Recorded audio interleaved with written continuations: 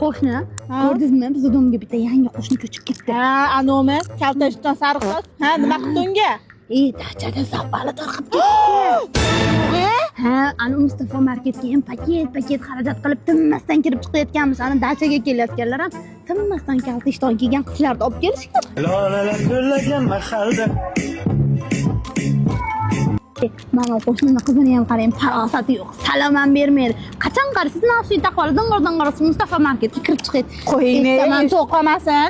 Qulayda naushnik bor. Qattiq ishlar. Ertaman 9 da kirib ketib, kechqurun 11 da chiqadi. O'ylamay bir gap bor. Qayga yetmasam uxlamayman bugun. Yuring poylaymiz. Birinchi.